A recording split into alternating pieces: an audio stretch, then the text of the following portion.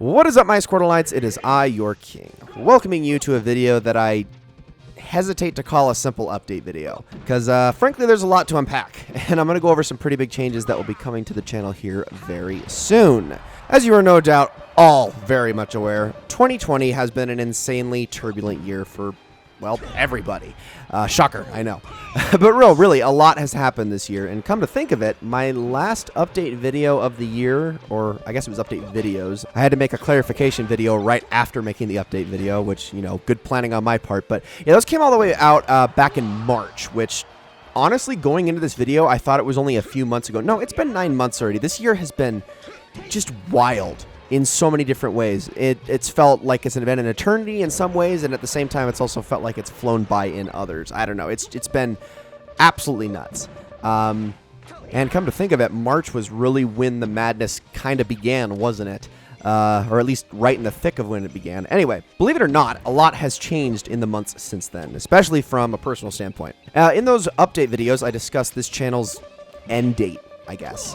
It wasn't a clearly defined end date, but I did say that there was going to be an end to this channel at some point, and it was on the horizon. And it basically boils down to how long it takes me to play, or let's play, excuse me, a certain number of games. I had this list that I didn't reveal because I didn't want to obviously spoil what the upcoming let's plays were, but I did say that there was something like 25 or so games on the list, and that once everything on that list had been covered, this channel would go with it, and I'd move on to, well, life. So the thing is, I'm not about to directly contradict anything that I said in that video.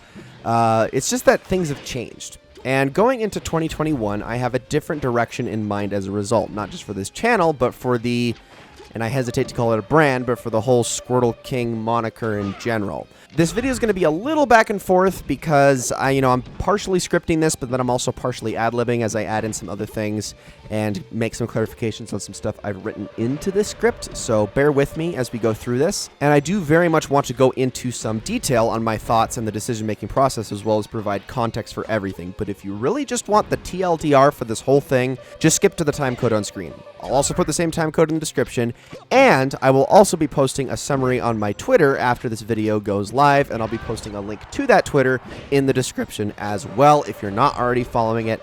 I actually recommend you do, because there are going to be things in this video that will pertain to some changes I am making with that Twitter account.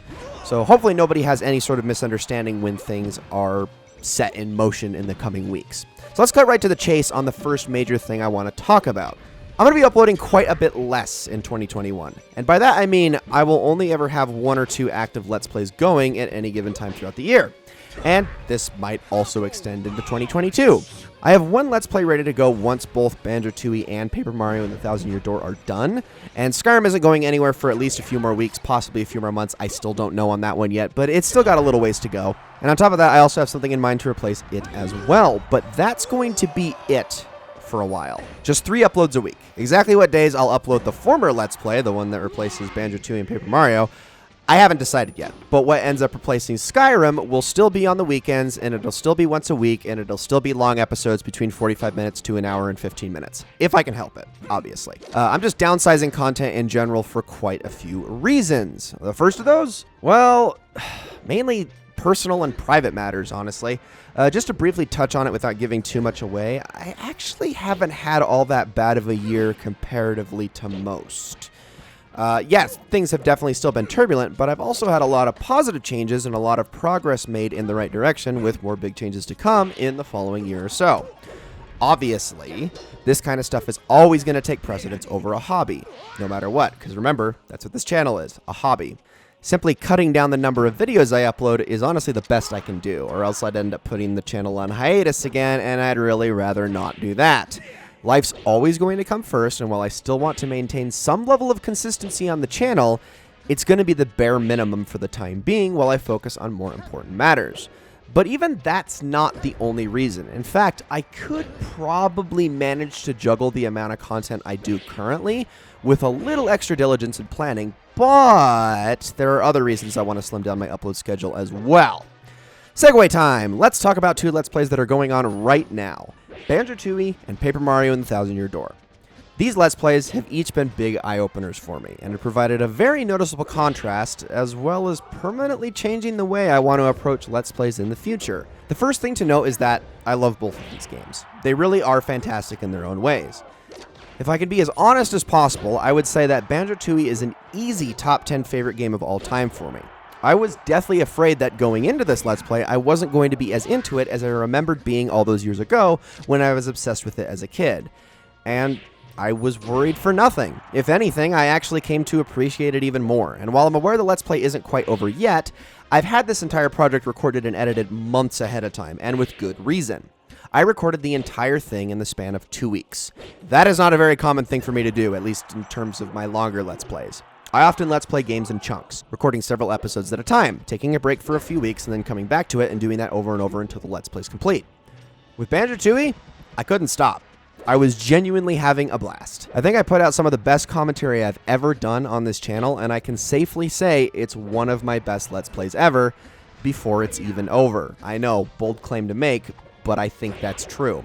Paper Mario and the Thousand-Year Door, on the other hand, while still an amazing game, has not been a particularly fun Let's Play for me.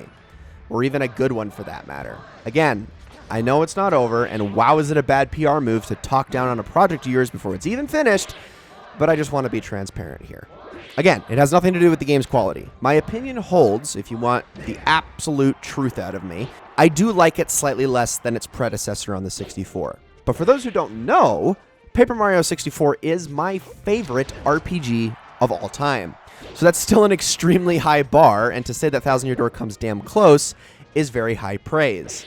That being said, my time Let's Playing this game has not been ideal. I have not felt near as comfortable in the recording process, which has led to things like making shorter recording sessions than I normally do, or taking longer and longer breaks from the recording process due to that honest dread I felt going in every single time. And I think that not only did my lack of knowledge and understanding the game hurt the Let's Play, even though I had convinced myself going in that I knew what I was doing, I think it also hurt my enjoyment of the game. At least, I believe I would have enjoyed it slightly more if I had simply played it in its entirety on my own time first before ever starting this Let's Play, which is exactly what I said I was going to do the last time I stopped this Let's Play, and I didn't do it. It's nothing new. This isn't even the first time this has happened on this channel with this game, let alone others like Dishonored and God of War. Remember, I did start a Let's Play of this game a few years back. I know I just said that, but just as a reminder, I quit early on for this exact reason. I wasn't as confident in my knowledge of the game, and second go around, it wasn't any better. As I've said multiple times before, I'm not very good at faking it with Let's Plays. If I'm not having a good time, I really can't push through it. Again, looking back at Dishonored, a game that I actually almost finished on this channel, and still stopped because I just wasn't enjoying it. God of War, I quit very, very early on. Not because I didn't enjoy the game, but I didn't enjoy Let's Playing the game. It just didn't fit this channel very well at all. And yeah, I am finishing the Thousand Year Door, but the fact that even for a moment I've ever felt like I'm having to slog my way through it, it's just not a good feeling. It makes my gameplay suffer, the commentary suffers, your viewing experience suffers, and my feelings on the game suffer. And in that situation, nobody comes out a winner. And so, I'm not doing that anymore. I'm not going to start up a Let's Play for a game that I only have partial confidence in, because I firmly believe that my best Let's Plays are the ones of games I know the best. My Okami Let's Play, my Shadow of the Colossus Let's Play, my Ori and the Will of the Wisp Let's Play, my Pokemon Emerald Let's Play, and so on.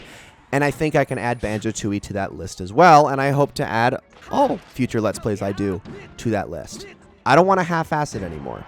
Which brings me back to the list.